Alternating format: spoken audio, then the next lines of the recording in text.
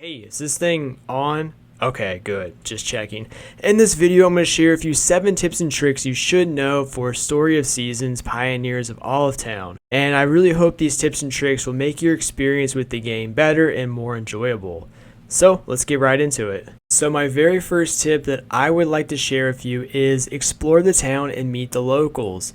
One of the very first things I like doing in these types of games is meeting all the NPCs and getting kind of familiar with everybody in town. By talking to the locals, you raise their affinity levels, which can trigger special events. Also, certain townsfolk will give you special tools. I know Manlela gives you the fishing rod at Marco's house, and also you get the leash from Patricia in the animal shelter once you have the log cabin upgrade.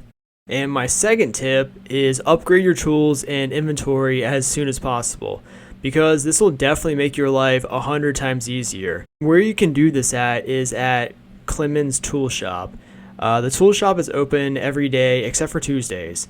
And when you upgrade your tools, you'll be able to gather up more materials in less time, because you'll have more of these little squares unlocked, which makes things a whole lot easier and it's more fun. It's pretty cool being able to chop down 2 trees at once, and honestly I feel like a farming ninja every time I do that. And of course, with more inventory space you can hold more items, which is always a plus. And that brings us to our next tip. Craft a few storage bins ASAP. This way you'll be able to store all your items early in the game, because you're going to need these materials for upgrading and crafting. So I think it's a good idea to have them ready for when that time comes. The easiest way to get the storage bins is by gathering stone from the mines, since it's so common and easy to find. You can also make wooden storage bins from the wood you get from chopping down trees, if you like the look of those better. I don't think it really matters which ones you craft, because they both hold the same amount of storage, so I guess just craft whatever ones you like the look of most. And for number 4, plant fodder to keep your animals happy and let them out during the daytime to save on cost. If you want to keep your farm animals happy, you must give them love and attention, because they're needy little creatures. Also make sure that there's fodder in their little bin. Fodder also contributes to their overall happiness and well-being. And you know, happy animals produce higher quality goods, which makes you more money. You can get the fodder at the general store, but I recommend buying fodder seeds and planting your own. And the cool part about fodder is that it grows back after you planted it, which is really nice. Let me tell you a cool little trick I discovered to save cost. So if you let your animals out during the daytime, obviously they won't be able to eat the fodder that's inside. Therefore, it saves you on fodder, and you can save your fodder for like the rainy days, because that's the only time that you can't let your animals outside if it's raining. And don't ask me what they eat while they're outside, because I have no idea, but my guess would be it's probably grass somewhere. They probably find some grass somewhere and they eat it. Who knows? Number 5, craft a bunch of makers and keep them going throughout the day. One of the things that I noticed with this game is that it relies a lot on these makers. You need these makers to do pretty much everything in the game.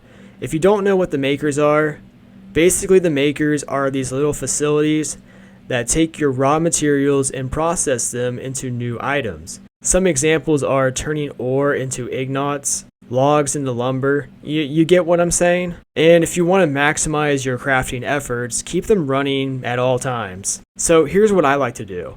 I like to just, get them going early, and then I'll go work on something else and check back to see if, they're done. And I'll kind of have them in the background running all day while I handle other tasks. Once they are done, I just put them in the storage bin so that I can keep a healthy stock of the items in case I need the items for crafting or upgrading. Number 6, make sure to get rest and go to bed before 2 a.m.